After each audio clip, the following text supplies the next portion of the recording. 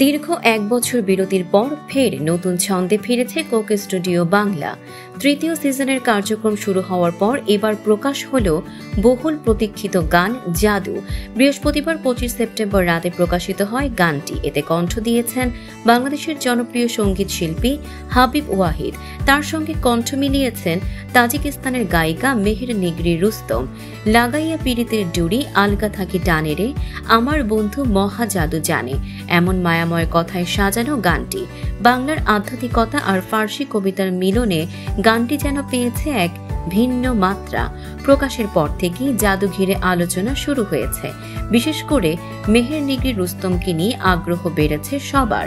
১৯৯৪ সালের ১৪ অক্টোবর তাজিকিস্তানের খোবালিং জেলায় জন্ম তার।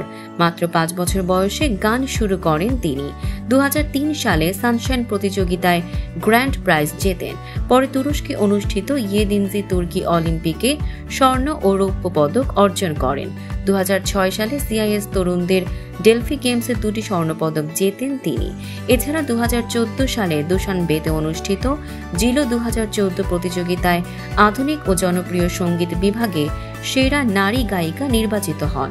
তার জনপ্রিয় গানগুলোর মধ্যে রয়েছে গুল, নিগিন আনোর ও আনার আনার। শুধু সঙ্গীতেই নয়, সোশ্যাল মিডিয়াতেও দারুণ জনপ্রিয় মেহের নিগরি।